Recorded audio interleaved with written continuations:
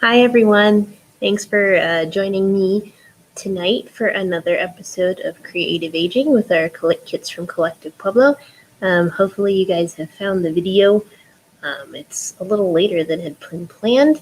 I am in charge of the library tonight, and we had some stuff I needed to take care of, and I missed the deadline. So thank you if you happen to find this. I really appreciate you guys tuning in. But without any further ado, let's go ahead and get started on our video. I'll go ahead and cue that up. I filmed it earlier today. Hope you guys enjoy, and I will see you after the video is done. Hold on one sec, okay?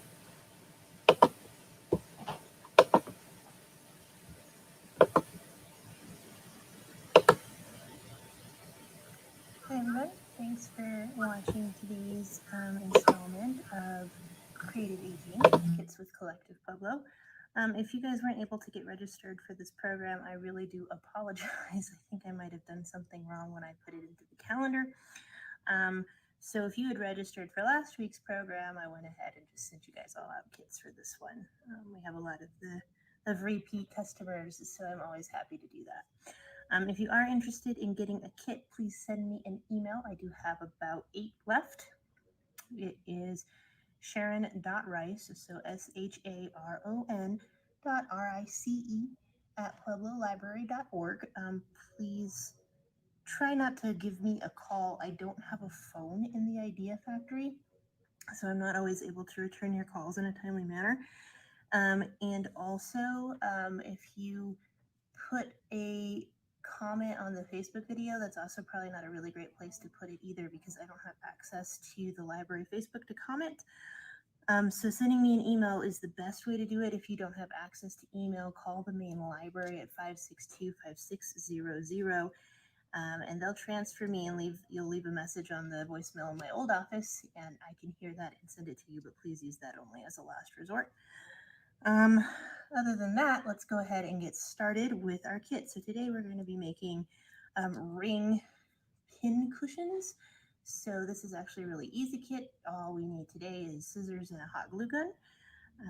I was actually filming this in a different video and my hot glue gun stopped working. So this is why, even though I do air this program live, I film in the Idea Factory before I get upstairs, so that if we have an issue with something like my hot glue gun breaking, like we did in the previous video that you guys won't see, I can fix that problem and you guys don't have to wait on me.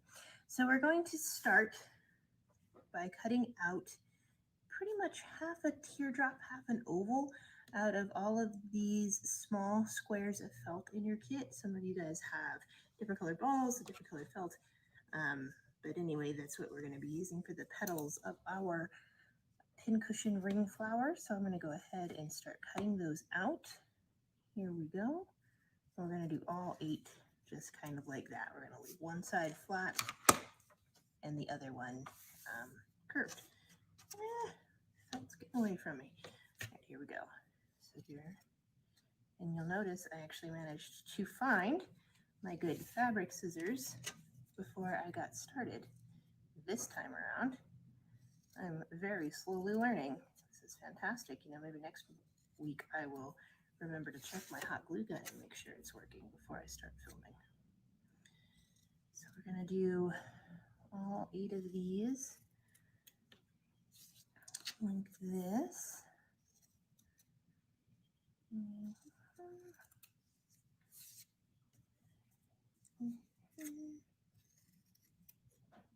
So here we go. 2 more. And once we're done with these, we're going to go ahead and glue them to the base of the pincushion, which is actually that wool felted ball that came in the kit. Looks like this. Melissa thoughtfully included 3 pins, so we're going to call that the top, and we're going to glue our petals to the bottom. We're going to glue them about 3/4 of the way down the ball, so they're kind of there. Looks like that on top, that on the bottom. We'll just get started gluing them around. We're going to kind of layer them until they reach all the way around. And again, as always with hot glue, I'm really just going to hope that I refrain from burning the heck out of myself, because I am just so darn good at doing that. You can kind of bend them over there.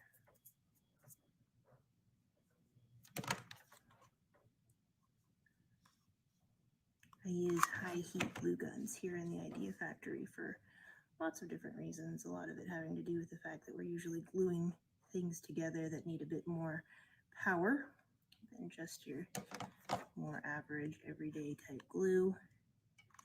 And while that's fantastic and it works really well, I also 90% of the time manage to burn the dang heck out of myself.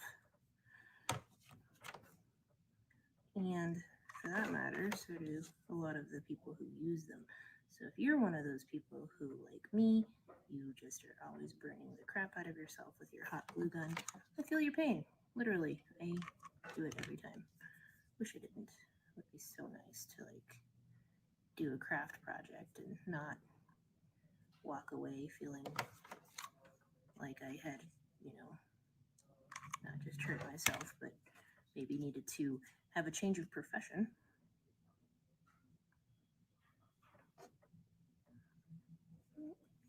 See my little flower there? We can pull all the glue bits and pieces away when we're done. So I have one more petal, and I think I'm going to put it right here so that we can hold down those guys. And then I might just go through and tack the rest of them down because they're sticking up a little bit, and I don't think that's aesthetically pleasing. It's not what I'm looking for. So I'll just go and add a little bit of glue here with like, there's pieces that are sticking up that aren't making me quite as happy as the other ones. This is all going to be covered, by the way, so it's okay. All right, so I'm going to turn this guy the right way up, and you can see all the petals are there. This guy wants to kind of, there we go, and pick off some of that hot glue stringiness that we've got going on there. It happens to the best of us, particularly if you're using a more silicone-based glue in your glue gun, which I currently am. It dries clear. It's a really good hold, in case anyone's curious about why I use silicone-based glue. But it's real sturdy. All right, so then we're going to cut out a kind of scalloped circle on the green felt here. So here we go. And I'm going to freehand it because I like to live dangerously. But if you are not a dangerous person like myself, feel free to draw it out. If you use like a permanent marker or something, it'll draw out really nicely, and then just flip it over so that you don't see the permanent marker side because it will bleed. Or you could use a pencil or even like a grease crayon if you can find that. Also good. So there we go. There's the scalloped. And we're also going to cut long, narrow leaves out of the other strips of green, which we did a bit last week. Just the long, narrow leaf here.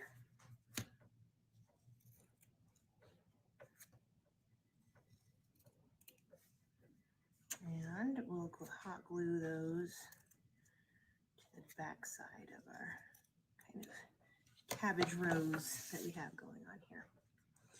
So first, we're going to glue the leaves on and find our spots for those. And these ones you can put all the way together if you want, or you can have them kind of just poking out all over your pincushion flower. You can like the idea of having two right next to each other there, so we'll go with that.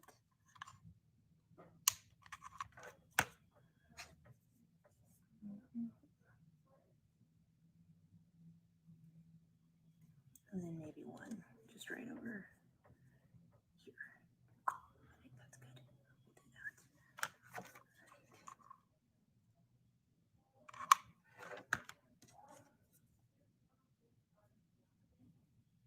All right, so now I have the leaves glued to my flower, and we're going to glue it then onto the base so that it kind of covers up any of the random little overlaps or glue randomness that you might have had, which, man, I bumped my camera thing again.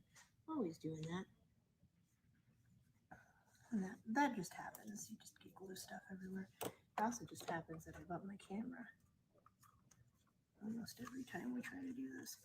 All right, so I'm going to actually add a good bit of glue to the bottom of this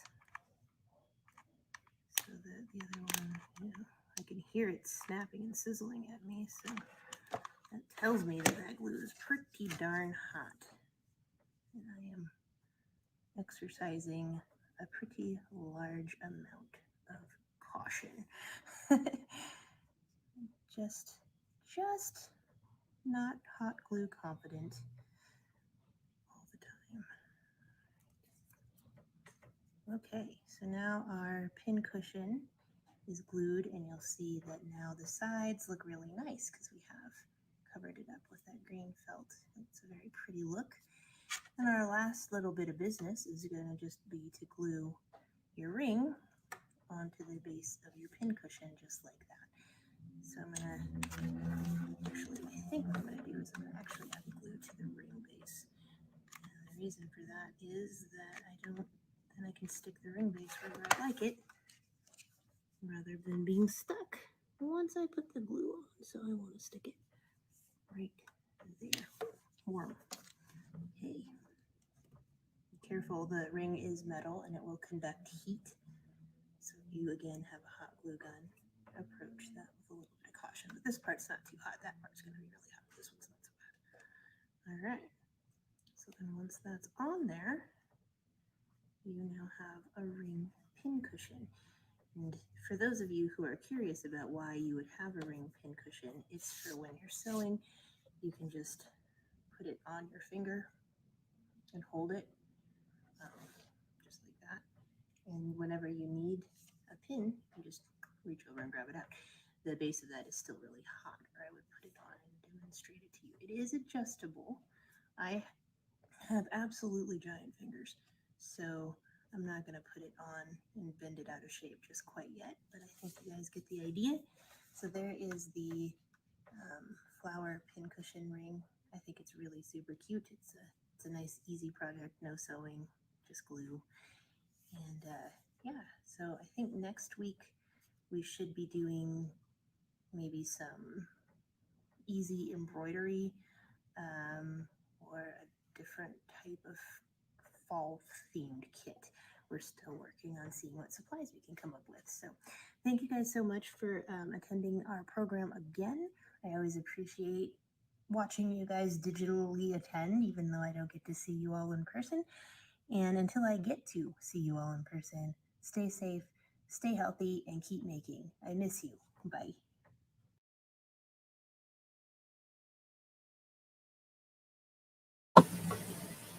All right, guys, I hope that you enjoyed that video. It was really good to get to spend some time with you guys in a digital environment. Looks like my YouTube is still going. That's crazy. Hopefully you guys can't hear too much of an echo. But anyway, thank you so much for coming and attending with me tonight. Thanks for bearing with the kind of wonky timing. And until I get to see you again, stay safe, stay healthy, keep making, and come back next week for another fun kit. Have a great